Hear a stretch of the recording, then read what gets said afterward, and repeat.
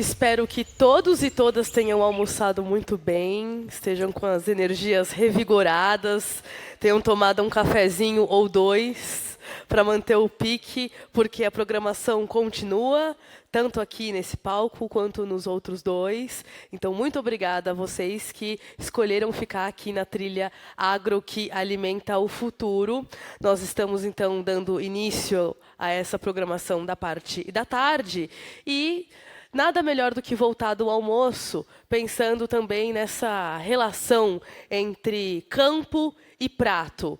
Como que a comida que chega no nosso dia a dia, que chega ao supermercado, às feiras livres, que chega, enfim, para o nosso consumo diário, como que ela é produzida, de que forma que ela foi produzida, mas não só isso, o caminho para se chegar.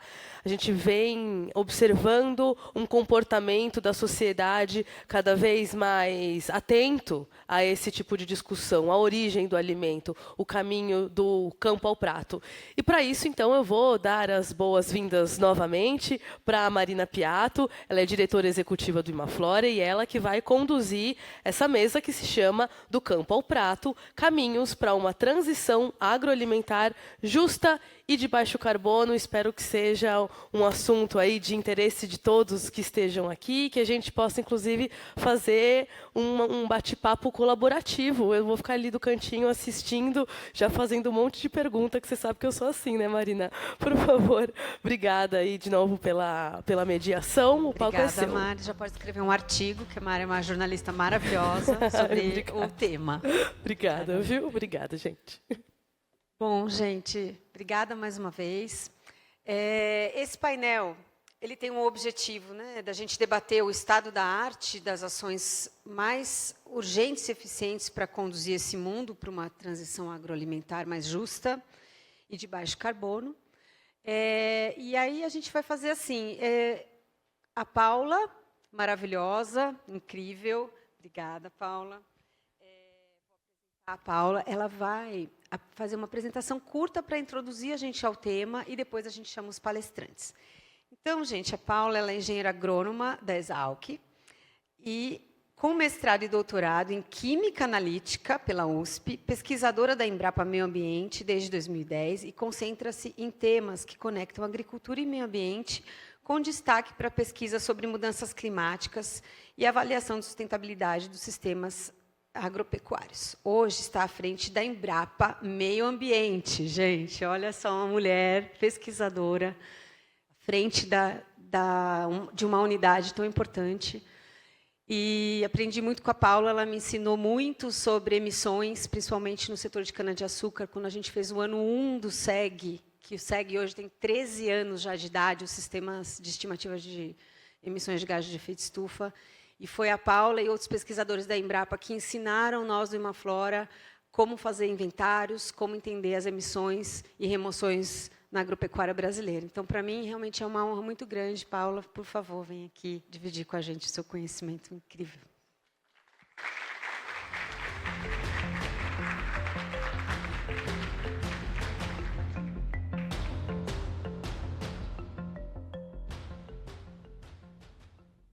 Boa tarde, gente. Marina, obrigada pelo convite, obrigada ao Imaflora.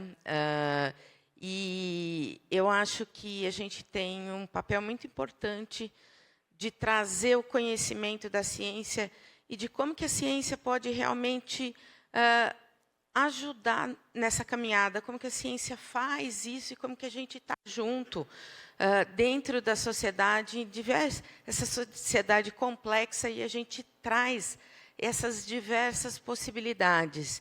E eu vou falar um pouquinho do passado, antes da gente falar do futuro, de como a agricultura brasileira, seja ela nas diferentes camadas que ela tem, multifacetada, dos pequenos, dos médios, dos grandes, das startups que estão vindo aí, transformando a agricultura brasileira, e de todos esses componentes.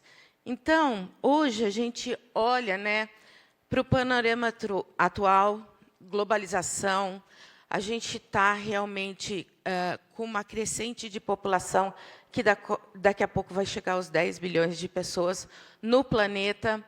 olhando como que a gente preserva e não esgota esses recursos naturais e também olhando para as mudanças climáticas.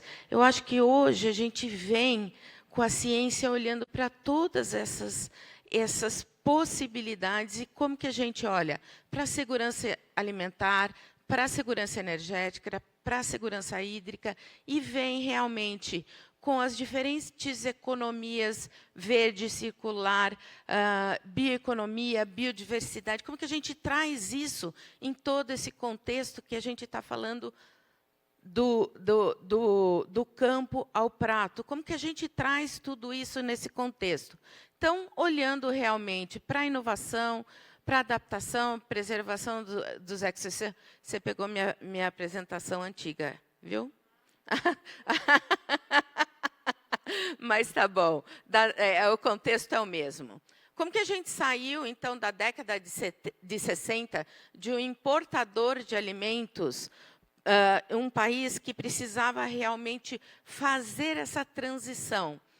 Eu acho que a ciência foi muito importante. Então, ela ajudou na expansão realmente da agricultura, nas tecnologias para a gente realmente transformar solos ácidos em solos ácidos e pobres em fertilidades em solos produtivos e para a produção de alimentos. Então, tudo isso vem da ciência, e não é só da Embrapa, vem de todas as ciências, vem de todas as competências que ajudaram realmente nessa tropicalização da agricultura, que vem com diferentes variedades de plantas e raças animais. Então, a gente trouxe a agricultura para o Brasil.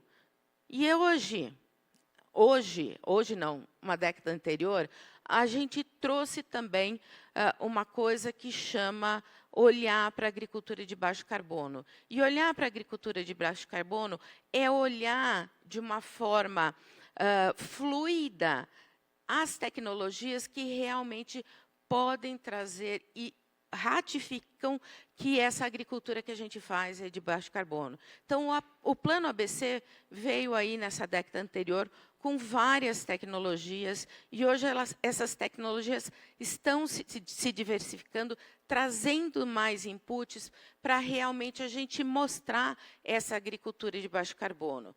Tem gargalos? Existem gargalos hoje muito grandes quando você fala de uma agricultura de baixo carbono, porque a gente tem que medir essa agricultura de baixo carbono, e não é fácil, né, professor Ladislau? Não é fácil medir essa agricultura de baixo carbono, mas a gente está vindo com isso, a ciência tem trazido diferentes formas de você medir e você trazer esses números realmente dentro de um contexto de uma pegada de carbono, de um inventário nacional e de diversas outras maneiras.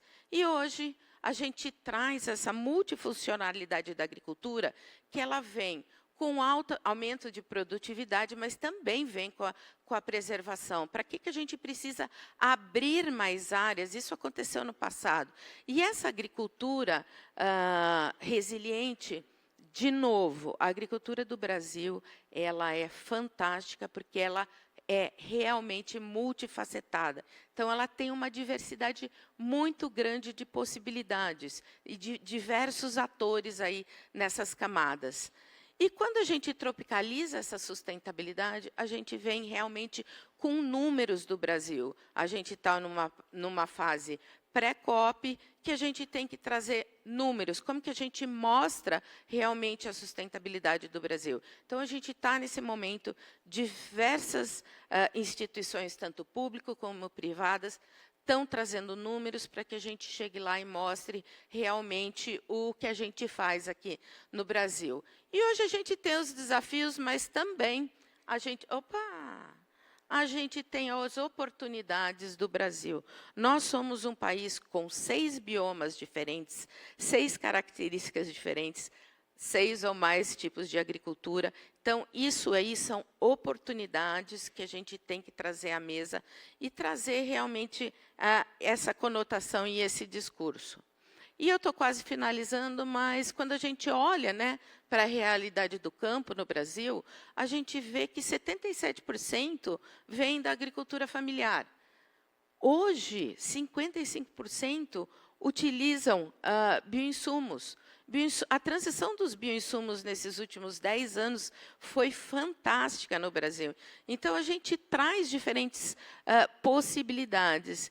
E hoje, com certeza, o que nós temos que olhar são a integração de tudo isso que a gente faz, a integração dos tipos de agricultura, a integração dos sistemas dentro da porteira para a produção chegar ao prato. E hoje, no Brasil, a gente fala, mas olha o tanto de possibilidades de políticas públicas, de políticas macroeconômicas, da pesquisa, e também a gente olha realmente como que a gente mostra o nosso gargalo, que eu sempre falo que o nosso grande gargalo hoje no Brasil, quando se fala em agricultura, não é nem a agricultura, é o desmatamento. Então, como que a gente traz isso para a mesa e mostra realmente a possibilidade de chegar no desmatamento zero? E quando a gente olha realmente do campo ao prato, como eu falei, a gente tem tanta diversidade na agricultura e as rotas são tão diferentes, mas a gente sempre tem que chegar com o alimento no prato, sejam rotas maiores, sejam rotas menores, e em todas essas etapas é preciso olhar como a gente pode trazer a sustentabilidade cada vez mais, trazer o olhar para a preservação ambiental e olhar para a agricultura de baixo carbono.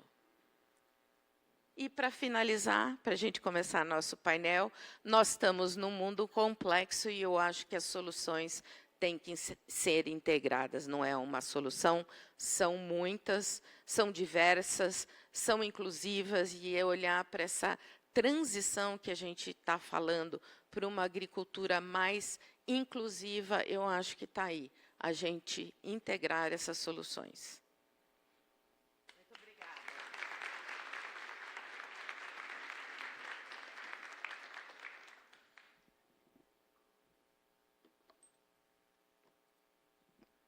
Obrigada, Paula. Pode sentar, faz um favor.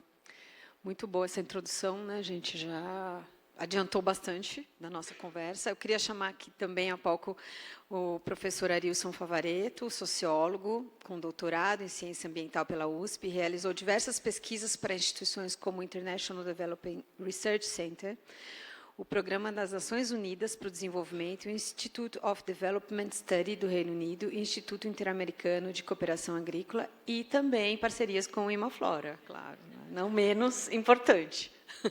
Obrigada, professor. Obrigada, viu?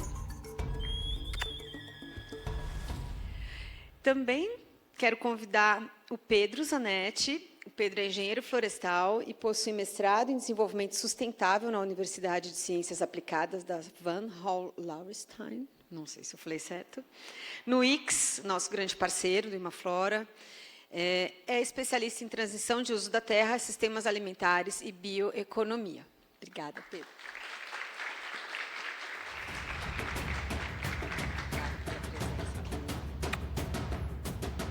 Bom, pode ficar. Eu fico ali, isso.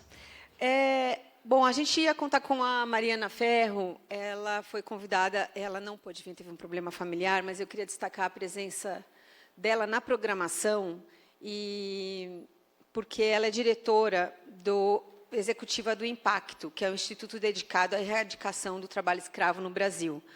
Então, assim, ela não está, infelizmente, né, para abordar essa parte importantíssima da questão social no campo, mas se a gente puder trazer também essa questão, né, talvez não como a Marina, mas a gente não pode esquecer dessas questões sociais. A gente fala muito da biodiversidade, do agro e tal, mas tem muita gente no campo aí precisando da nossa ajuda. Então, vamos levar para esse lado também. E aí, pessoal, a gente vai ter um microfone. A gente queria que fosse mais a participação de vocês também. E eu vou começar com o professor Arilson. Também porque o nosso conselheiro Power Master, Ricardo Abramovay, não pôde estar, porque ele está chiquérrimo com a Marina Silva, na Colômbia, né? Então, a gente tem um conselho muito chique, uma grande celebridade, então é difícil competir com a Marina Silva, né? Então, ele não pôde estar aqui com a gente também. Mas, vamos lá. Bom, a gente precisa falar que o agro chegou hoje, né? A gente tem aí 50 tons de agro, eu falo, né? Porque a gente tem desde o agro da agricultura familiar, pequeno, sem assistência, tem os agros familiares já mais estruturados, as cooperativas, tem um produtor médio que se vira, que se arrisca, que vende tudo aqui, 1 hectare aqui, compra 100 no Mato Grosso e vai. Tem as mega empresas do agronegócio super qualificadas, que têm gestão madura de ambiental, social, econômica da fazenda, são empresas, né, como foi falado hoje de manhã. E a gente aqui tem que dar conta de todos esses agros, né? Tudo isso precisa ir junto, não existe um melhor ou um pior, todos eles são importantes e a gente precisa conciliar esse uso da terra, desse país maravilhoso que é o Brasil, para a gente produzir e conservar, que é o grande lema do Imaflora, que é possível a gente conciliar com o planejamento de uso da terra, a conservação dos recursos naturais e a produção. Então, eu queria conduzir um pouco aqui a conversa, a gente falar um pouco do hoje, né, como que está hoje, exemplos práticos, pioneiros, arrojados, de escala e de solidez aí para um sistema agroalimentar mais inclusivo e mais diverso. E depois a gente falar da visão do futuro. Então, eu queria começar isso. Qual que é a visão de vocês? É a pergunta para os três, mas eu vou começar com o Arilson. Sobre os sistemas produtivos atuais, né? As limitações, as fragilidades e a importância da diversificação. Porque com a diversificação talvez seja possível, né? Então, a manutenção da produtividade, a biodiversidade e também a qualidade dos alimentos que nós comemos, né? Porque às vezes a gente olha muito para dentro da porteira, mas a gente precisa olhar para a qualidade do que a gente come, a diversidade do que a gente come também, a questão da obesidade, né? Tudo isso que no fim do dia a gente se alimenta de tudo isso. Então, vamos lá. Boa tarde a todas, a todos. Eu queria começar agradecendo a Marina, a Imaflora, pelo convite. Está num evento tão bacana, tão importante. E acho que, enfim, esse sucesso de participação que a gente tem mostra como, né, o tema já está presente no debate público brasileiro e como a gente tem uma comunidade muito ampla, engajada na busca por soluções para isso. Essa questão que você coloca é super complexa, né? Mas a gente tem que tentar resumir uma resposta em poucos minutos. Então, eu começaria também fazendo uma ponte com a apresentação, né, da minha colega, que veio antes, e dizer que, na minha opinião, um traço muito importante, né, que já foi enfatizado e eu sublinharia, é justamente essa heterogeneidade, não é, do agro brasileiro. A gente tem verdadeiramente um mosaico, né, de experiências, de formas de produção, de formas de transformação dos alimentos, de formas de distribuir os alimentos e de formas de preparar e consumir os alimentos no Brasil. Esse é um patrimônio fantástico que o Brasil tem e que ele construiu, né, ao longo da sua história. Agora, como um objetivo nosso é pensar como é que a gente constrói sistemas agroalimentares mais justos e mais sustentáveis, a gente, às vezes, precisa fazer algumas simplificações, né? E eu diria que a grande questão que está posta para o Brasil hoje é que nós estamos vivendo o esgotamento daquele padrão, né, que foi também mencionado antes, que fez o Brasil sair da condição de um país deficitário na produção de alimentos para ser um dos maiores exportadores mundiais. O Brasil, assim como todos os países que fizeram a modernização agrícola, fez isso ao longo de 50 anos, com base em um determinado modelo que hoje já não se sustenta mais, né? Eu diria que esse modelo ele operou duas separações que nós precisamos reconstruir, e em alguns lugares isso tem sido reconstruído. A primeira separação é entre a agricultura e as bases naturais da própria produção agrícola. Então, em nome de aumentar a produção e a produtividade, que eram o grande desafio naquele momento, a gente o mundo construiu, né, um padrão tecnológico que se baseava na eliminação da diversidade e, em vez disso, a seleção de espécies, né, a padronização, né, de culturas e de formas de cultivo, né, a eliminação da biodiversidade vista como inimiga das plantas e da criação animal. Então, houve uma separação entre as bases naturais da própria produção agrícola, né? E, em segundo lugar, a gente operou uma separação entre a produção agrícola e a alimentação saudável. Então, ao longo desses últimos 50 anos também, a gente foi progressivamente substituindo o consumo de produtos in natura por produtos industrializados e principalmente por produtos ultraprocessados. Esse, sim, é um grande problema. E hoje, então, como é que nós estamos? Eu diria que a gente tem, sim, uma heterogeneidade fantástica, mas nas análises que a gente tem produzido no âmbito da Cátedra Josué de Castro da USP, nós estamos tentando dizer o seguinte: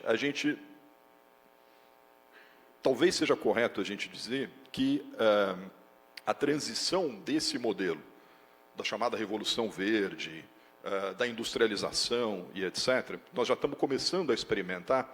Essa transição está se fazendo a partir de 3 grandes campos, digamos assim, de experimentações e de práticas.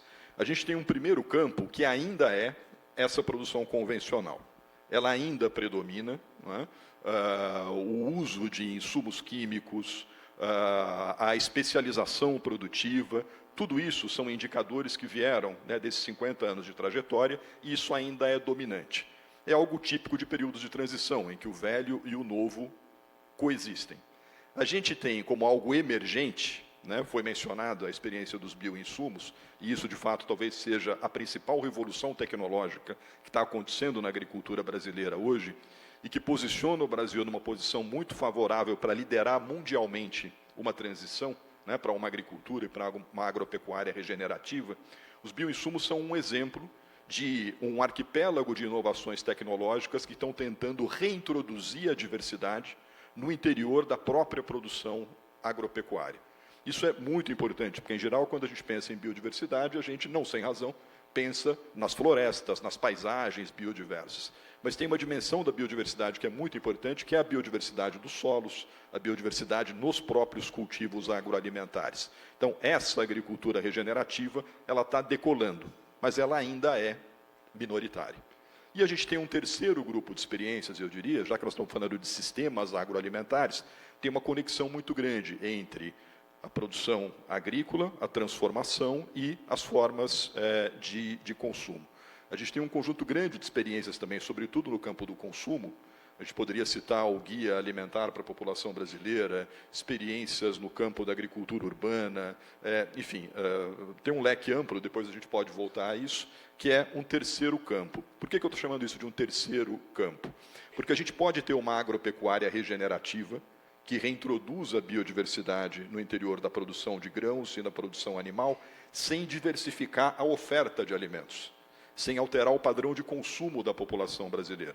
E como mostra o último relatório da FAO, que todos nós festejamos algumas semanas atrás, né, que falava, né, da saída do Brasil do mapa da fome, e a gente tem que comemorar, mas, ao mesmo tempo, aquele relatório trazia uma série de alertas, né? O aumento da obesidade e, com ela, um conjunto de problemas que levam, né, ao agravamento de doenças crônicas não transmissíveis. Enfim, ao mesmo tempo que a gente diminui a fome, a gente tem um agravamento de problemas relacionados com a má alimentação. É algo um pouco paradoxal. Então, para terminar, eu diria, esquematicamente, a gente tem pelo menos esses 3 grandes campos. Agora, o grande problema para o qual nós precisamos estar atento é que a coexistência desses 3 grandes campos ainda, quero sublinhar aqui o ainda, não está nos colocando numa trajetória de transição para um sistema agroalimentar que a gente possa chamar de saudável e de sustentável. Para isso, tem 2 coisas que são fundamentais. Só para... Sim. Isso, desculpa. Se você puder falar da revisão da cesta básica. Sim. Isso também, acho que seria legal. Sim. Então, só antes de uma palavrinha rápida sobre, né, a cesta básica, tem 2 coisas que são fundamentais, né? Uma delas, né, já foi utilizada aqui a palavra integração, né? Eu estou totalmente de acordo. Então, um grande desafio que a gente tem é a gente coordenar melhor essas experiências, um conjunto de programas e políticas que a gente tem. E uma outra palavra-chave que a gente precisa usar mais no nosso debate sobre transição é substituição. Por quê? Porque hoje, ao mesmo tempo que a gente tem uma proliferação dessas experiências inovadoras, nós temos um agravamento dos vetores de degradação ambiental, e de vetores relacionados com uma alimentação não sustentável. É quase como se a gente dissesse, a soma desses 3 campos que eu mencionei, até aqui tem dado um resultado negativo. Por quê? Porque ao mesmo tempo em que crescem as experiências de alimentação saudável, a atenção para a alimentação saudável, o uso de bioinsumos, também aumenta o desmatamento, que diminui biodiversidade, também aumenta o uso de agrotóxicos, de fertilizantes químicos e etc. Então, a gente tem uma situação paradoxal. Inovações proliferando, mas aumentando também os vetores ainda do velho modelo, do modelo convencional.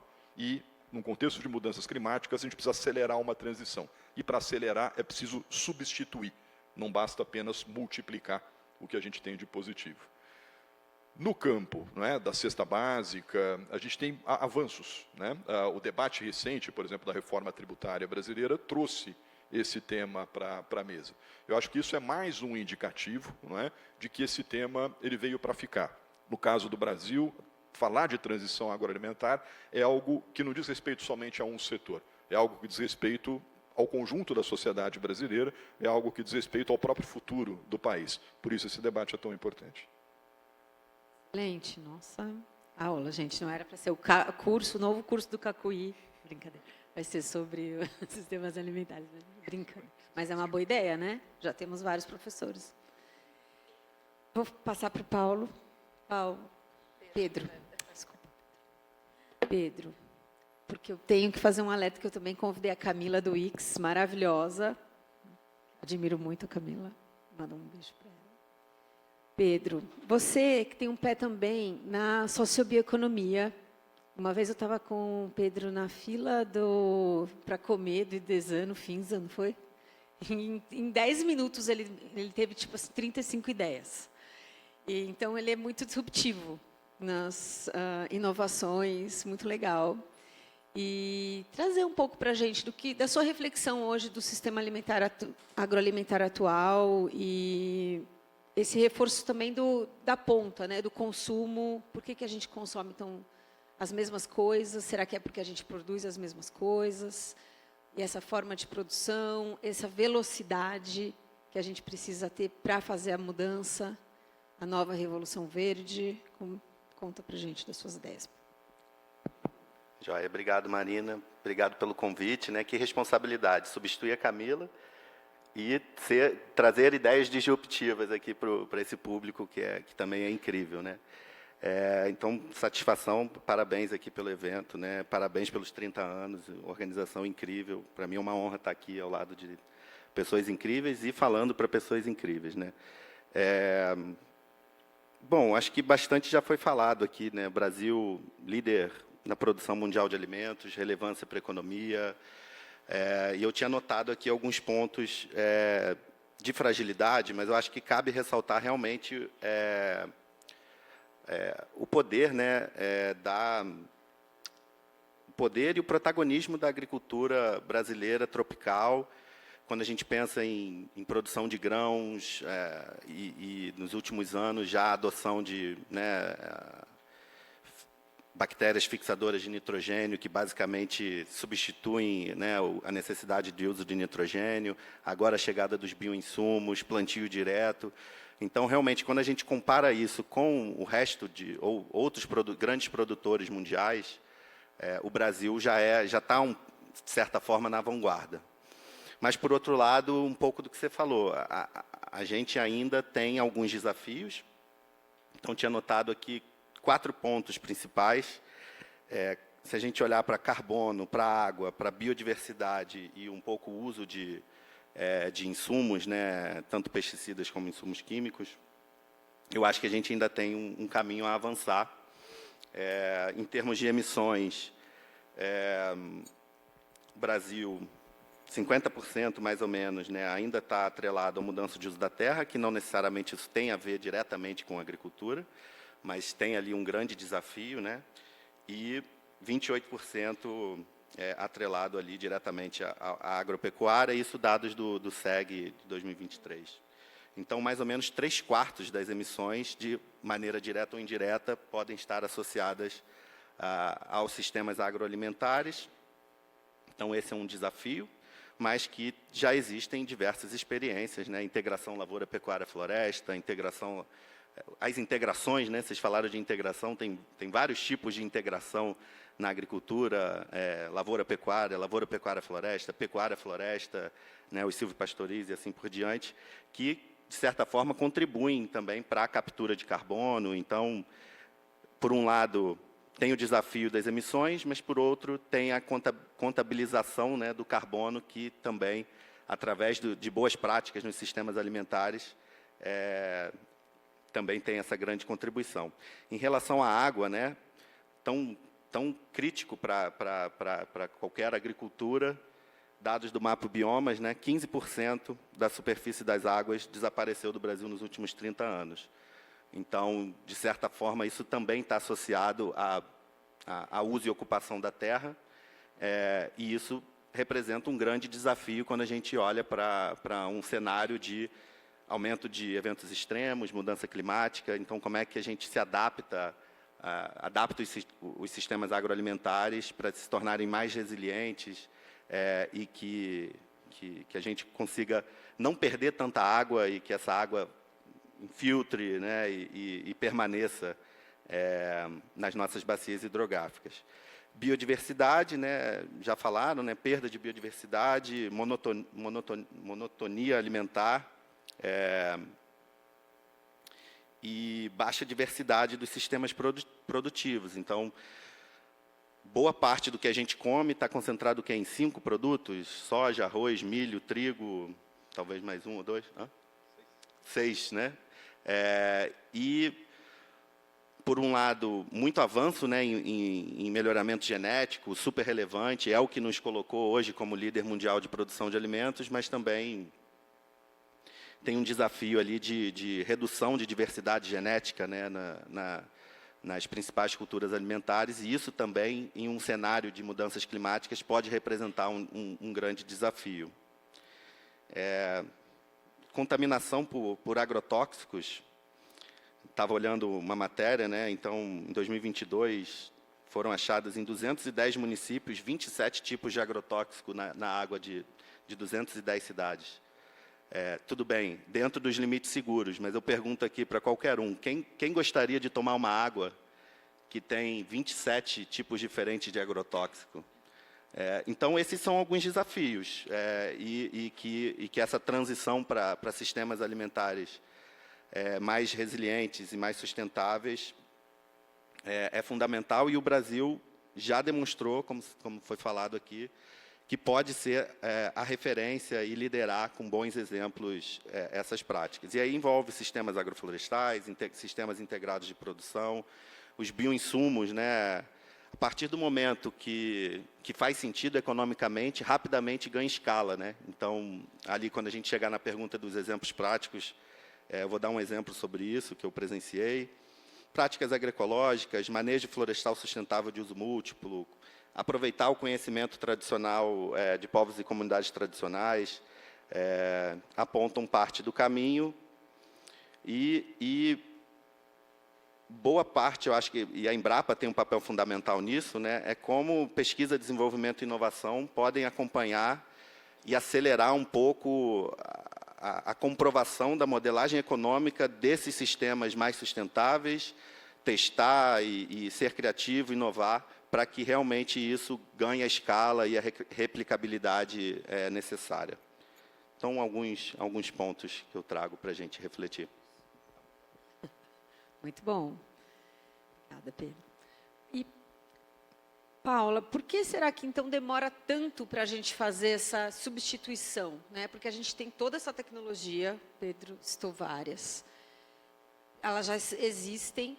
Por que a substituição do convencional para esses sistemas mais arrojados, modernos, diversos, está rápido em alguns setores, que a gente vê no café, né? Foi em café, eu trabalhei muito com café.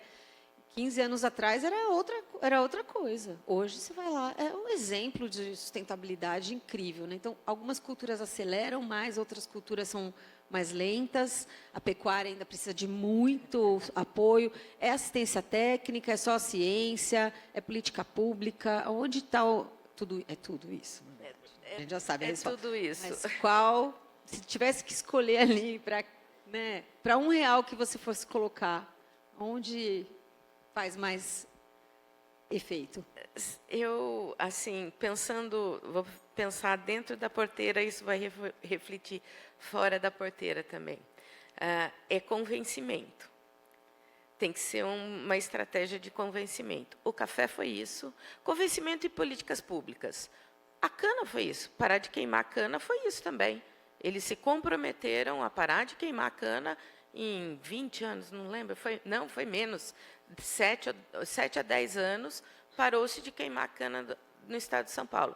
Então, é um conjunto de atitudes. Muitas vezes é um comprometimento do setor, muitas vezes é um convencimento. A pecuária realmente é a mais tradicional. Meu pai sempre falava que o setor sucroenergético era o mais tradicional, mas o setor sucroenergético foi o primeiro a começar a transição para os bios, que é bioinsumos, biocombustíveis, biofertilizantes. Então, eles foram os primeiros a fazer essa transição realmente dos biocombustíveis.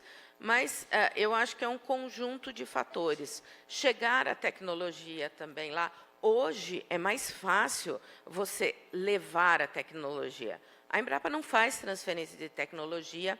Existem instituições que fazem, algumas fazem não estão meio atuantes, mas estão vindo outras possibilidades. O MDA, Ministério do Desenvolvimento Agrário, saiu com a Terra Digital. É muito legal. São programas que você tem acho que já umas 20, desde feijão calpi, mudanças climáticas, sementes crioulas, que você vem com um monte de inputs, coisas para ler. E-Campo é um programa da Embrapa que traz realmente um treinamento online em diferentes segmentos. Então, eu acho que esse convencimento ele precisa também vir com uma coisa que chama produtividade e a parte econômica. Porque senão você não faz o convencimento também. Uma agricultura de baixo carbono você só vai fazer se você tiver uma remuneração para isso. Mas eu acho que vem de uma série de conjuntos de políticas públicas, de convencimento econômico, aumento de produtividade.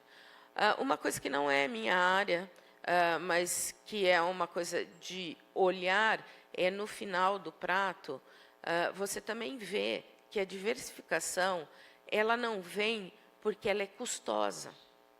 O produto, infelizmente, um produto extremamente... como que é? Quando você fala processado, ele é muito mais barato. Um refrigerante é muito mais barato que um suco de laranja. Então, existe também toda essa problemática econômica no meio do caminho. Mas eu acho que a gente está conseguindo reverter isso nesse olhar realmente. De onde vem meu alimento? Ele é saudável? Tem menos agrotóxicos? Essa rastreabilidade vai fazer com que o consumo final realmente diminua e olhe para isso. É lógico que isso vai ser estratificado e vai demorar um tempo para você conseguir realmente atingir todas as estratificações que a gente tem na sociedade brasileira. É interessante, né? Porque antigamente eram sistemas diversificados de produção, aí a gente simplificou o sistema, talvez para entender os sistemas e produzir mais volume, se especializou, né, numa cultura, né? Cada a gente fala, tem agrônomo é especializado em cada cultura, né? Então, assim, eu sou agrônomo da soja, eu sou agrônomo da pecuária. De tão especialista que a gente virou. E a gente também comia muita coisa natural, que era muito mais barato, era caro comer coisa industrializada, e hoje em dia se inverteu. O industrializado, ultraprocessado é mais barato do que você comer uma fruta, a fruta está super caro, alguma coisa natural. Então, a gente realmente se enrolou aí no meio do caminho, né? Agora, a gente quer voltar, é quase um retorno à origem, onde a gente quer sistemas mais diversos, né? E comer mais natural.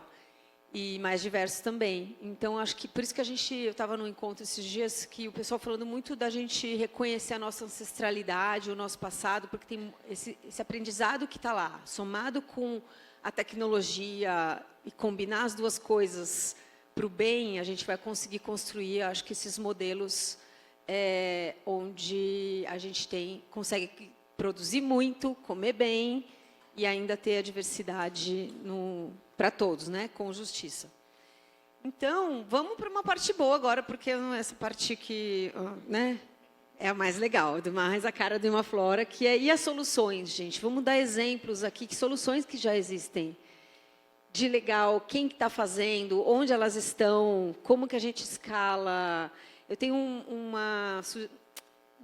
aprendizado aí que a gente está estudando, que é o boi China, né? A China, a compra de gado da China, eles exigem agora que o boi seja abatido com 30 meses, por questões sanitárias, né? Um boi que na média seria lá, sei lá, 36, 40 meses, dependendo da região, baixou para 30. O que aconteceu que está sendo estudado? Inclusive, o Paulo Barreto, pesquisador do Amazon, tem uma publicação excelente sobre isso, e a gente aqui com o Gabriel e a Renata, a gente vai estudar o impacto disso em emissões, de redução de emissões de metano, devido a esse abate precoce. Então, o abate de 30 meses, que foi por uma questão sanitária, e uma barreira até comercial, se não for 30 meses a gente não compra, tem até o pessoal frigorífico que sabe mais que eu. O que ele está trazendo? Busca por tecnologia, porque para o produtor abater antes, né? Não vou dar aula para produtor, mas depois você me corrige, Mauro. Ele vai ter que trazer tecnologia, porque ou ele vai ter que engordar logo aquele boi. Então, ele vai ter que melhorar a genética, melhorar a nutrição animal, melhorar o pasto, fazer rotação de pastagem. Vai ter que dar o pulo dele, trazer a tecnologia para campo, para chegar nesses 30 meses. E isso já aconteceu no Pará. Tem vários indicadores do Paulo Barreto que, em um ano, o acesso a... Eles acessaram muito mais assistência técnica, compraram muito mais adubo para melhorar a pastagem, melhores sementes, mais cercas. Então, ele relaciona o boi China com isso. E agora a gente vai estudar o impacto disso na redução de metano, que é o gás que os animais ruminantes emitem, né? Que é um gás que tem o maior potencial de aquecimento global. Então, esse é um exemplo fantástico de ganha-ganha, onde os chineses comem uma carne, inclusive, até melhor, mais precoce, com mais segurança alimentar. A gente teve que trazer tecnologia para campo, vender com um prêmio um pouco pequeno, mas melhor para a China. Então, trouxe uma política comercial, né, um processo comercial que trouxe um ganho. Eu queria mais exemplos, para a gente sair otimista, já sair amanhã e começar a implementar, porque a gente não tem tempo para perder. Quem vai começar? Paulo. Eu, de novo? Paula, você é cheia das tecnologias. Eu, de novo? É assim, eu acho que a gente tem muitas vertentes aí quando a gente fala nos próximos, no futuro, né? Eu acho que a gente já falou muita coisa aqui, que é mais diverso, digital, circulares, tecnologia, conciliar tecnologia com saberes ancestrais. Mas uma coisa que eu acho que de tudo isso, quando a gente fala na preservação, a gente tem que olhar, isso falando de futuro mesmo, gente. Não estou falando assim só dos sistemas tradicionais.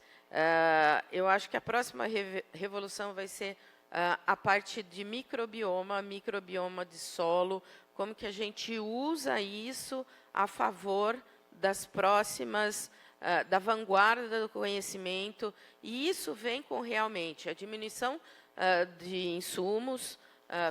Quando eu fiz faculdade, era boletim 100. Você jogava um monte de fertilizante lá no campo que não precisava. Será que a cana-de-açúcar precisa de todos esses fertilizantes que a gente usa? Mas o produtor ainda não vai deixar de usar isso. Então, olhar para a preservação, olhar para a saúde do solo, que vem com as práticas do ABC, com as práticas da agricultura regenerativa. E eu acho que exemplos a gente tem bastante, mas eu acho que essa é a vanguarda do futuro. Eu não sei se eu te respondi ou se você queria mais exemplos assim. Hoje, em biodiversidade, se usa muito abelha sem ferrão. Então, eu acho que todas essas coisas agregadas, junto com high-tech, inteligência artificial, rastreabilidade, vai ser o que a gente vai agregar tudo junto. Então, tem que ser bem disruptivo para a gente realmente dar esse passo aí. Vou daqui. Eu vou pegar carona no assunto que passou um pouco na rodada anterior nossa, que era a coisa dos ultraprocessados, né? Tem muita coisa no tema dos ultraprocessados que é um pouco contraintuitivo, né? Até recentemente, eu também dizia, não, uma das coisas que favorecem os ultraprocessados é que eles são mais baratos. As pesquisas que as colegas da Faculdade de Saúde Pública da USP têm feito mostram que, na verdade, não é bem assim. É um pouquinho mais caro. É uma coisa em torno de 10%. Uma refeição saudável, comparado com uma refeição baseada em ultraprocessados, ela é só 10% mais cara. Mas por que o ultraprocessado predomina tanto? Porque aí você tem um conjunto de fatores que, às vezes, não são só econômicos. Eles são culturais, né? Quando eu era criança, por exemplo, né, virada dos anos 70, anos 80, consumir ultraprocessados era símbolo de status entre as famílias mais pobres, né? Hoje em dia, já não é mais isso, felizmente. Mas tem um outro problema que existe uma coisa que a literatura hoje em dia chama de desertos e pântanos alimentares. Muitas pessoas vivem em locais em que elas não têm acesso à comida saudável. Elas vão poder comprar comida e só encontram a comida ultraprocessada. E tem fatores, como, por exemplo, as relações de gênero, né? Qual é a grande vantagem anunciada dos ultraprocessados? É a praticidade. O molho de tomate pronto ou fazer um molho de tomate com tomate de verdade. Isso exige tempo e etc, etc. E cuidar da comida, infelizmente, ainda é uma atividade tradicionalmente atribuída às mulheres, que cada vez mais agora também trabalham fora e, portanto, a praticidade se torna um elemento, né, que é também perpassado por essas desigualdades de gênero. Então, estou mencionando isso por quê? Para dizer, em primeiro lugar, não tem bala de prata, né? Ou seja, não é uma solução, né? Segundo lugar, exatamente porque não tem uma solução, o problema é inseparavelmente econômico, tecnológico, institucional, cultural e daí por diante. A grande questão, me parece, nós precisamos produzir algo similar ao que o Brasil, por exemplo, produziu 50 anos atrás, quando ele fez aquela revolução a que a Paula fez referência na fala dela. Ou seja, nós precisamos entender que o mundo está mudando e que os objetivos ético-normativos que organizam o financiamento, os incentivos, a busca por tecnologias, etc., etc., tem que acompanhar esses objetivos ético-normativos do século XXI, sem abrir mão de produtividade, porque senão não vai parar em pé. Mas a grande questão hoje não é mais só a questão de produção e de produtividade. A gente tem que introduzir esses outros objetivos ético-normativos, a questão da saúde, a sustentabilidade, no coração da organização do sistema agroalimentar. E aí a notícia boa é que a gente tem hoje um arquipélago de inovações nas 3 dimensões, né, daquilo que a gente vem chamando de monotonia do sistema agroalimentar. Fazendo uma propaganda antecipada, né, a gente deve lançar, eu e o Ricardo Abramovay, que você mencionou, a gente deve lançar agora na COP um livro sobre os caminhos da transição, em que a gente mostra exatamente isso, dizer, olha, do ponto de vista tecnológico, corrigindo, né, a gente diz o seguinte, os grandes gargalos hoje talvez não estejam no campo da tecnologia, porque a gente tem boas tecnologias, excelentes tecnologias no campo dos bioinsumos, para fazer uma agricultura regenerativa. No campo da pecuária, tem excelentes tecnologias que permitem a regeneração sem perda de produtividade, né? Tenho a impressão, mas aqui agora eu posso estar errado, e qualquer um, por favor, me corrija, de que na produção de aves e suínos nós estamos um pouquinho atrasados em relação ao que você tem na pecuária, em termos de respostas, né? A produção concentracionária de aves e suínos, pelo que eu tenho lido, a gente ainda não tem uma resposta, digamos assim, para manter a mesma produtividade, mas diminuindo a penosidade animal, diminuindo o uso desmesurado que a gente tem hoje de antibióticos, e etc., etc. Na pecuária tem mais respostas, tenho essa impressão. E no campo da produção e do consumo, a gente também tem experiências fantásticas. Eu mencionei na rodada anterior o Guia Alimentar da População Brasileira, que para mim é um dos exemplos, a gente fala muito em mudança sistêmica, o Guia Alimentar para mim é um dos melhores exemplos de indutor de mudança sistêmica que a gente tem, porque ao mesmo tempo ele sinaliza mudança de padrões de consumo, ele serve para organizar políticas públicas, como alimentação escolar e outras, Ele serviu, por exemplo, para o debate sobre a reforma tributária, como uma maneira, inclusive, de diminuir custos que o conjunto da sociedade paga sem saber, que são os custos ocultos que são transferidos para a sociedade, por exemplo, com o tratamento das doenças que estão relacionadas com a alimentação humana. Então, eu diria, a gente tem um cardápio fantástico hoje de soluções tecnológicas e daí por diante. Me parece que no âmbito institucional é que a gente precisa justamente de mais inovações, porque essa coexistência que a gente tem hoje, né, entre o convencional e as inovações, essa distância precisa ser diminuída, justamente para que a gente possa falar de um novo padrão. A gente está falando bastante, né, do plano ABC, com toda a razão, porque é uma coisa muito importante, mas basta olhar a proporção que ele tem, né? Ele é muito pequeno perto do que ele deveria ser.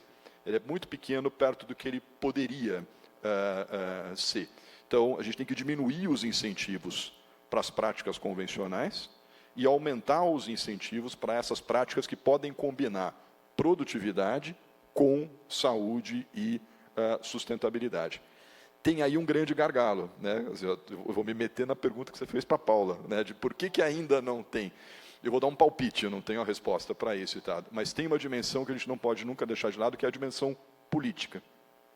Uma vez eu perguntei para um produtor que falava para mim, falava, não, mas nos estudos de vocês, ou as organizações ambientalistas criticam a gente, dizem que a gente desmata, etc. A maior parte dos produtores brasileiros não desmata.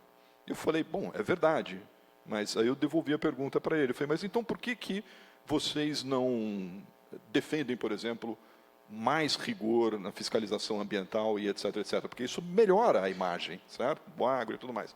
Aí ele deu um sorriso assim e falou, não, porque tem uma questão da unidade, né? Que a gente, o setor, se apresenta, tem que defender a unidade, etc e tal. Então, estou mencionando esse caso para dizer o quê? A gente precisa separar as coisas, né? Eu diria, hoje, talvez não seja exagero dizer que no debate público você tem dois extremos. Um extremo que vai dizer todos os problemas ambientais são do agro e etc, etc, com o agronegócio não tem solução e etc. Eu não concordo com essa visão, justamente por isso que nós estamos dizendo aqui. Tem muita inovação sendo feita, tem muitos setores que estão atrás de tecnologias, de mercados e etc, orientados pela ideia de sustentabilidade. Agora, é verdade, tem vários que não, né? Agora, o outro extremo é dizer o seguinte, não, o agro brasileiro já é sustentável, ou com esse conjunto de inovações está em vias de ser. É só uma questão de tempo. Só que quando a gente fala de mudança climática, quando a gente fala da saúde humana, o tempo importa muito.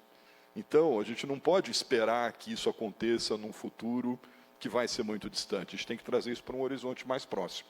Então, eu diria, a dimensão política da transição é muito importante, porque a gente tem que redirecionar os incentivos na direção de uma substituição de práticas. E isso envolve acordo entre forças políticas.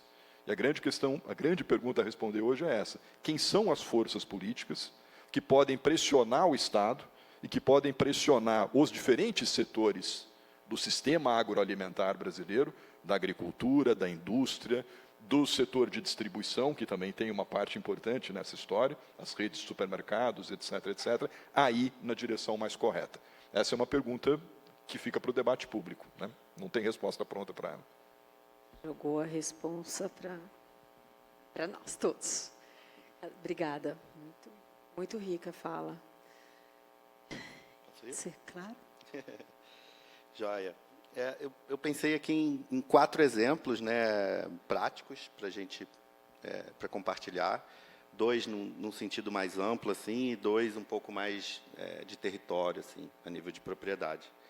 Então, acho que o primeiro, assim, que já está em andamento, né, e o ICS, de certa forma, está acompanhando, está tentando alavancar essa agenda, é justamente o Programa Nacional de Recuperação de Pastagem Degradada, né, o PNCPD.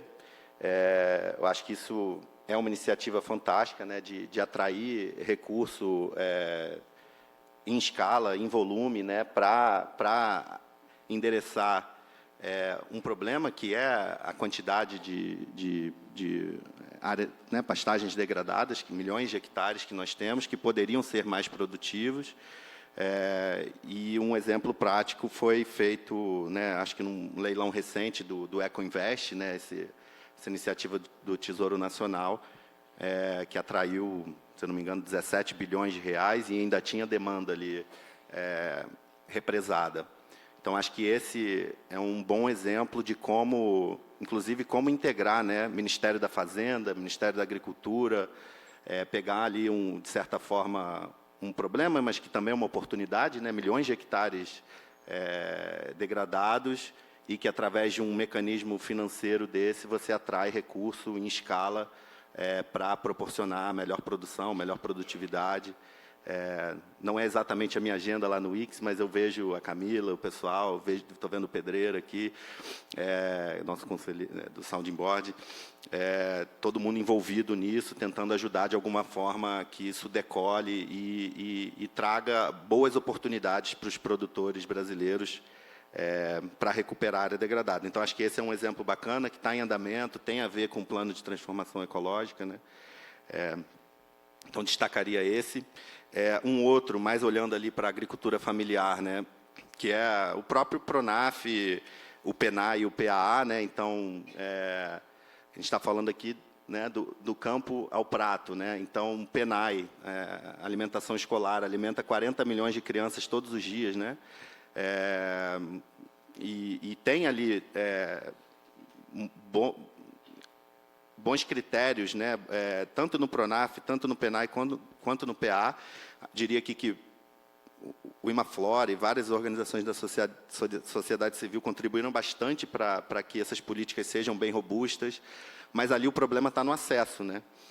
Principalmente o Pronaf, a gente tem olhado bastante para isso, também tentando ajudar. Tem uma portaria recente do MDA com o MMA que cria ali a figura dos agentes de crédito, né, da sociobioeconomia e da agroecologia, para tentar justamente facilitar esse acesso do agricultor familiar, que hoje tem ali um direito. Né? O Pronaf tem linhas de crédito que cobra 0,5% ao ano, com abatimento de 40% se as pessoas pagarem em dia.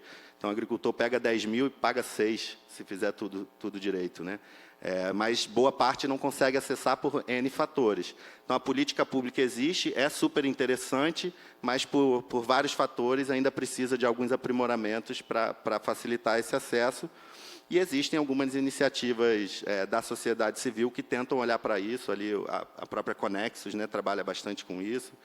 E a gente lá pelo Wix também está tentando destravar esse financiamento a juros super subsidiados, para tentar promover uma alimentação mais saudável, né, e sustentável.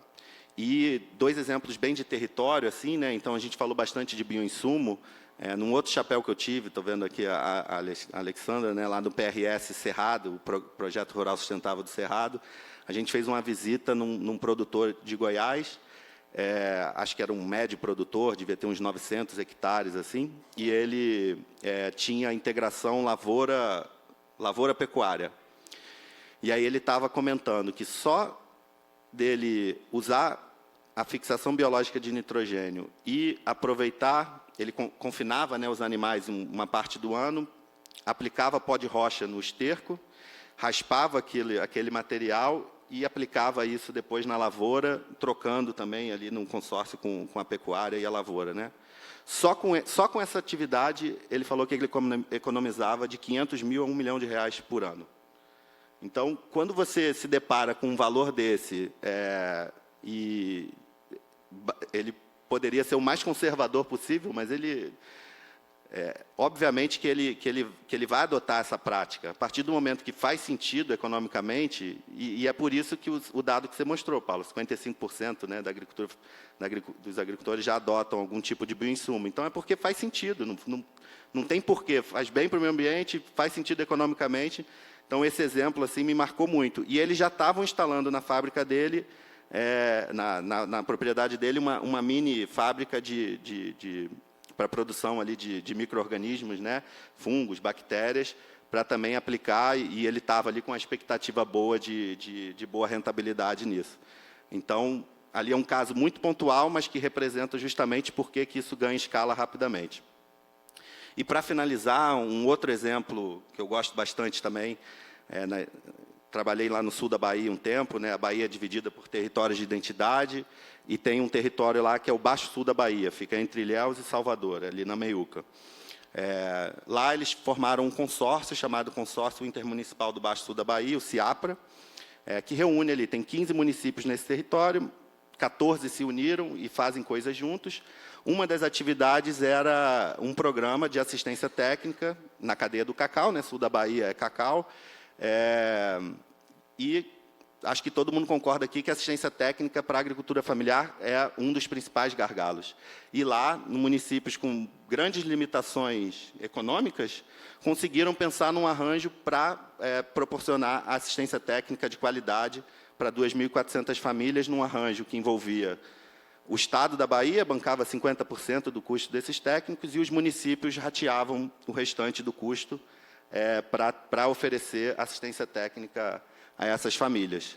O primeiro ciclo deu super certo, já estão expandindo para 5.000 famílias, com plano de chegar a 10.000 famílias, e agora pensando em um arranjo que entra também, além do Estado e dos municípios, entra a indústria, potencialmente ali pagando 15% dessa conta, os municípios 25%, o Estado 50%, e a filantropia, por um período, pagar os outros 10% ali que falta. Então, acho que na assistência técnica, né, olhando para a agricultura familiar, a gente precisa de muita inovação, e acho que esse é um exemplo que me marcou muito também, que eu vi começar, vi que deu certo, e agora está nessa fase de ganho de escala. Então, alguns exemplos para compartilhar com o público. Muito legais os exemplos, obrigada. Eu acho que a gente falou de várias dimensões aqui, política pública, todas as tecnologias que já existem, mas que ainda precisa escalar, abandonar um pouco o convencional, o tempo que precisa para ser rápido para adotar as novas, a responsabilidade do setor corporativo de também pressionar o governo para que isso se acelere, porque a gente sabe que tem vários interesses da indústria também na manutenção do sistema atual. E também eu estava no retiro essa semana sobre sistemas alimentares, e tinha bastante gente dessa parte mais de consumo, que é um universo que eu não navego tanto, né? Eu estou muito mais dentro da porteira ou na indústria. E aí eles falando muito de dados muito interessantes que, por exemplo, um estado lá dos Estados Unidos fez um levantamento que 70% do alimento produzido nos restaurantes eram entregues pelo iFood. Então, de 100%, 30% das pessoas vão até o restaurante comer, 70% são entregas.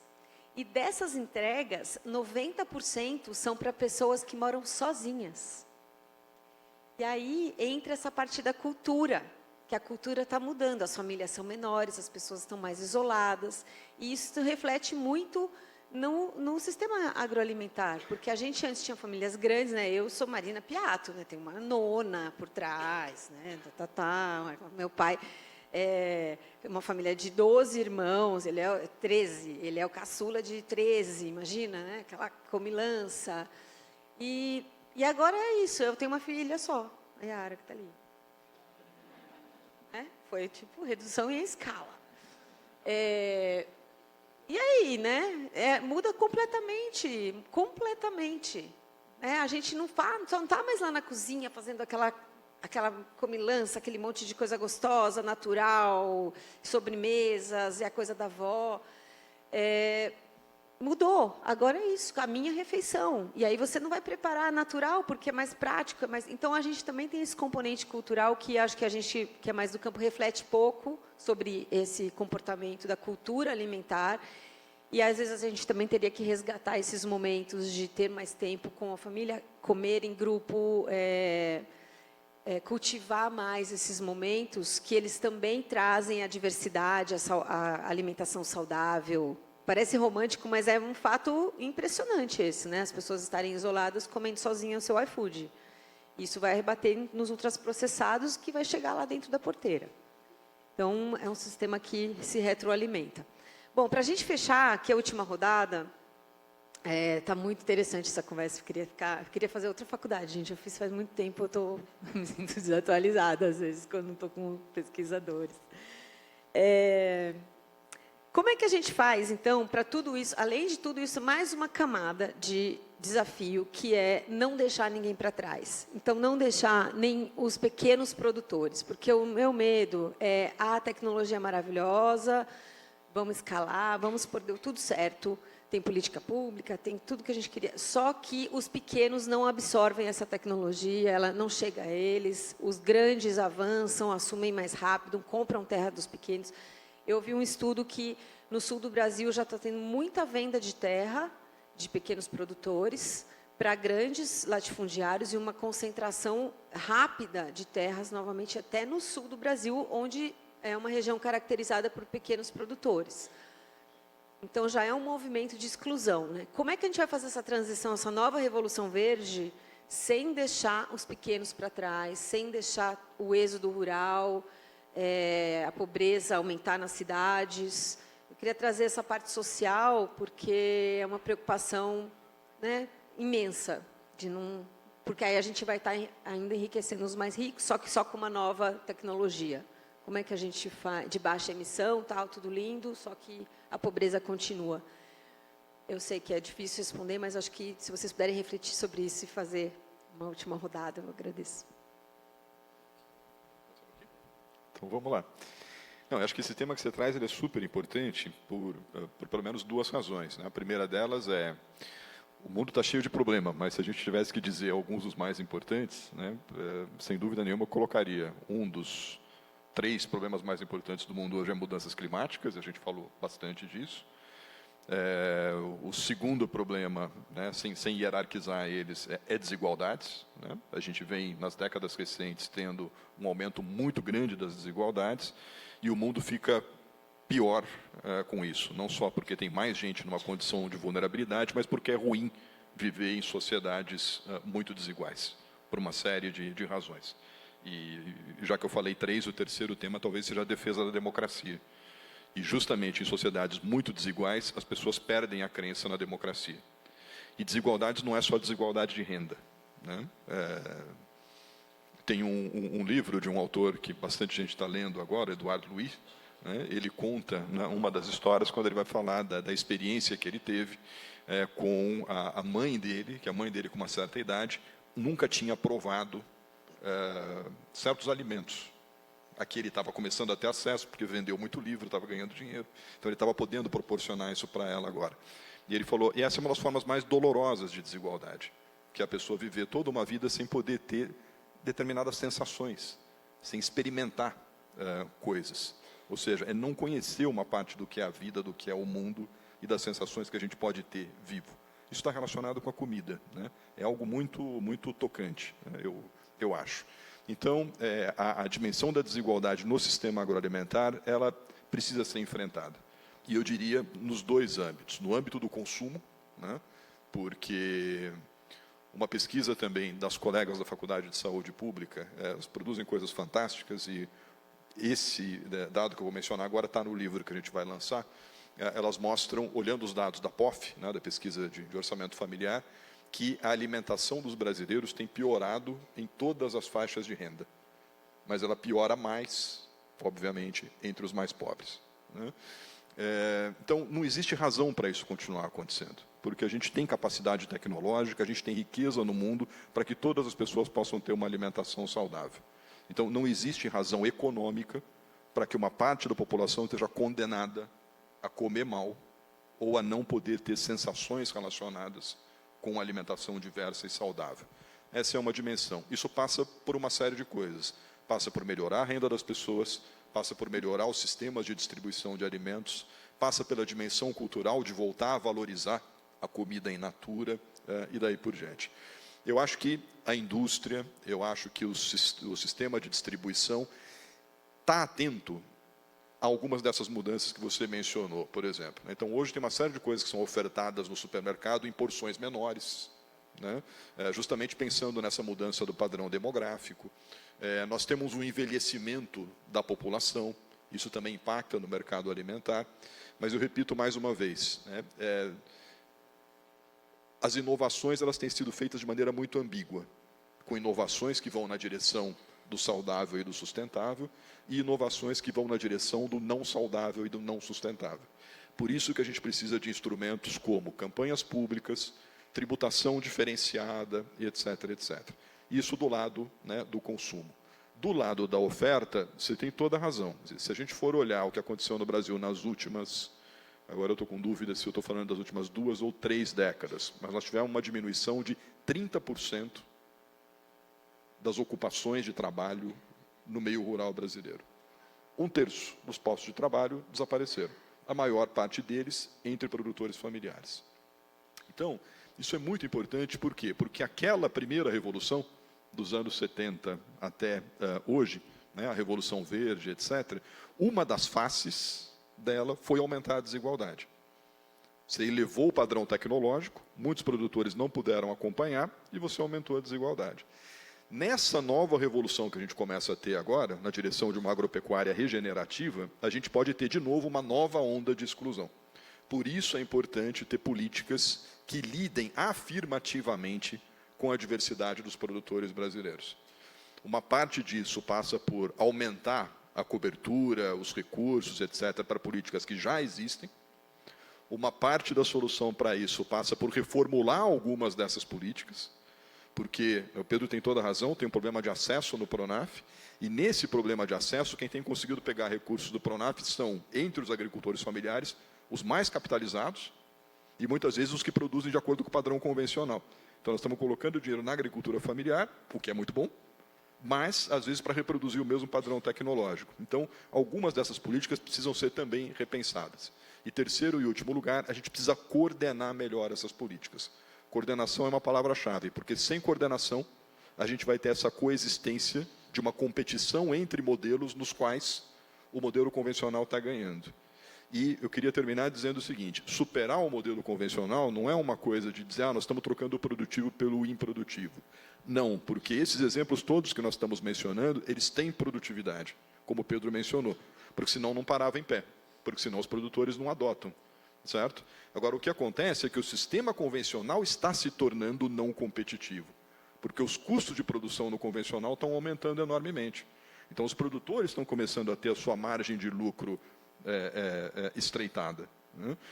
Vamos pegar o caso aqui da produção de aves e suínos. Você tem que usar cada vez mais antibióticos, você gera resistência antimicrobiana, você tem que elevar a carga de antibióticos, você vai elevando os seus custos, a margem de lucro vai comprimindo.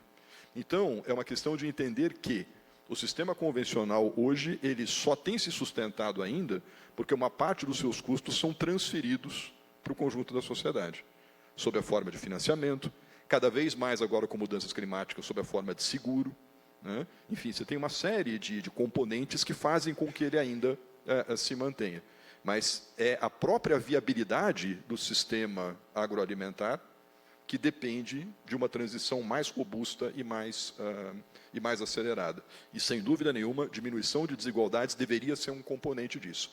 Caso contrário, nós não vamos ter uma transição que a gente possa chamar de justa, o que é um adjetivo importante desse processo que a gente vem perseguindo. Passar para o Pedro, para a Paula fechar. Uma mulher, lógico, fechar. Claro. Obrigado, gente. Eu estou olhando ali o tempo, né, 2 minutos, então tentar ser bem objetivo e concentrar em um ponto que eu acho que é crucial, engajamento da juventude rural. Né? Quando a gente olha para a agricultura familiar, então, isso é fundamental. Eu conheço um pouco mais da cadeia do cacau, e, se eu não me engano, está acima de 50 anos a idade média dos produtores que trabalham com essa cadeia. Então, como é que a gente engaja a juventude, dando um protagonismo e também apresentando uma outra imagem possível, assim, né? Ninguém quer mais ficar na enxada, debaixo de sol quente, ralando pra caramba. Então, como é que a gente, via políticas públicas ou outras ações, proporciona pequenos equipamentos, maquinários, acesso a pequenos financiamentos que facilitem um pouco ali o dia a dia do trabalho e que, para além disso, apresentem ali uma oportunidade, que eles enxerguem uma oportunidade realmente de prosperar, né? De ter uma vida boa, digna, que... Outro termo lá que eu aprendi no sul da Bahia, que é como é que a gente cria uma classe média rural, né?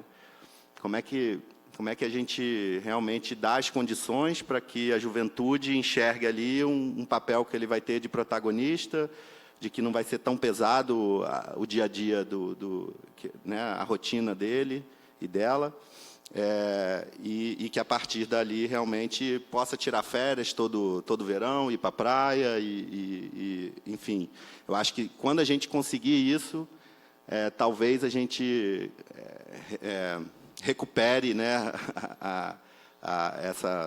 essa vontade de viver na área rural, especialmente ali da agricultura familiar.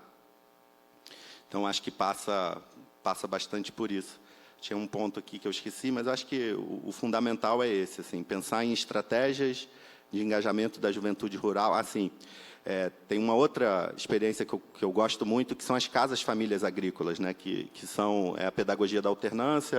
Os alunos e alunas são filhos de produtores rurais, ficam 15 dias na escola e depois voltam para as suas propriedades. Então, não só ele e ela são agricultores, mas também vão se formar técnicos, então podem ali também atuar como agentes de mudança ali nas suas comunidades, nos seus territórios, são quem mais conhecem daquelas realidades, e podem não só ser produtores, agricultores, mas também técnicos e oferecer serviço com isso, e talvez esse seja um caminho de criar ali uma classe média rural, olhando para a agricultura familiar. Maravilhoso. Casa Familiar Rural, a gente apoia uma em São Félix do Xingu, e é impressionante a transformação no campo dessa formação dos jovens que eles levam para as famílias e para a comunidade. A tecnologia é emocionante, é lindo, né? E uma pergunta para provocar isso. Como é que a Embrapa está dando conta de apoiar a agricultura familiar no Brasil? Do fundo do seu coração. Do fundo do meu coração, muito bem. Eu acho que tem duas palavras aqui que vocês dois falaram que eu acho que resume muito: engajamento, cooperativismo e políticas públicas. Mas as políticas públicas, elas têm que ser regionalizadas e direcionadas. Elas têm que ser direcionadas para esse Brasil que a gente tem, enorme, que nem eu falei, multifacetado, várias camadas, a agricultura totalmente diferenciada. Eu acho que tem que vir com essa política pública regionalizada. A Embrapa, ela é diversa, ela tem 43 unidades espalhadas no Brasil inteiro. Na nossa unidade tem uma equipe que trabalha com agroecologia, então eles trabalham realmente direto com o produtor. Tem exemplos da Embrapa Caprinos e Ovinos, que eles trabalham também toda a cadeia de caprinos e ovinos lá no Nordeste, cooperativismo, olhando para a produção de leite. Então, a Embrapa, nas suas diferentes unidades, elas têm realmente equipes que trabalham com isso. Não é nossa missão fazer transferência de tecnologia direta, mas nós levamos a ciência junto a quem faz a transferência de tecnologia. E hoje, uma coisa que é trazer esses jovens de volta é trazer também a possibilidade de você ter inovação.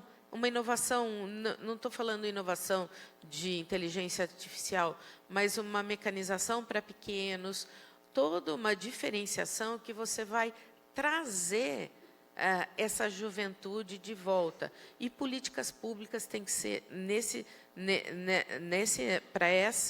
para segmento, para trazer esses jovens de volta, tem que ser ações regionalizadas e caracterizadas, diversificadas para cada local que necessário e para cada região. O exemplo do cacau, o exemplo dos caprinos, então. Muito obrigada pelo convite. Gente, que incrível essa conversa. Eu achei que a gente, né, conseguiu, em pouco tempo, uma hora, falar muito do agro brasileiro, do sistema alimentar, do consumo, da ponta, do pequeno, do grande, da tecnologia, das políticas públicas incríveis que a gente tem, da dificuldade de escalar isso, do tempo que a gente precisa fazer isso muito rápido. E eu queria trazer de novo a mensagem, assim, primeiro agradecer vocês, parabenizar vocês pelo trabalho lindo que vocês fazem, que uma Flora admira muito esses parceiros de longa data. Vamos continuar nessa jornada. E para vocês, né, nós que estamos aqui, de novo essa mensagem de que vamos encontrar o que nos une, não o que nos separa, né? Vamos parar, né? A gente pode se separar por milhões de motivos, mas o Brasil é maravilhoso. A gente tem 1 milhão de oportunidades incríveis de valorizar a produção no nosso país. Eu tenho orgulho de ser agrônoma, tenho orgulho do agro, sempre falo, né? Sou ambientalista e tenho muito orgulho do agro. E eu acho que se a gente focar no que nos une, a gente vai dar o show nesse planeta, porque a gente tem todos os recursos, área. E eu queria terminar com uma frase que eu sempre falo, que a agricultura é a arte de colher o sol, né? Então, ninguém melhor do que nós, brasileiros, que temos o sol e a abundância, terra e abundância, para fazer essa arte que é a agricultura. Obrigada.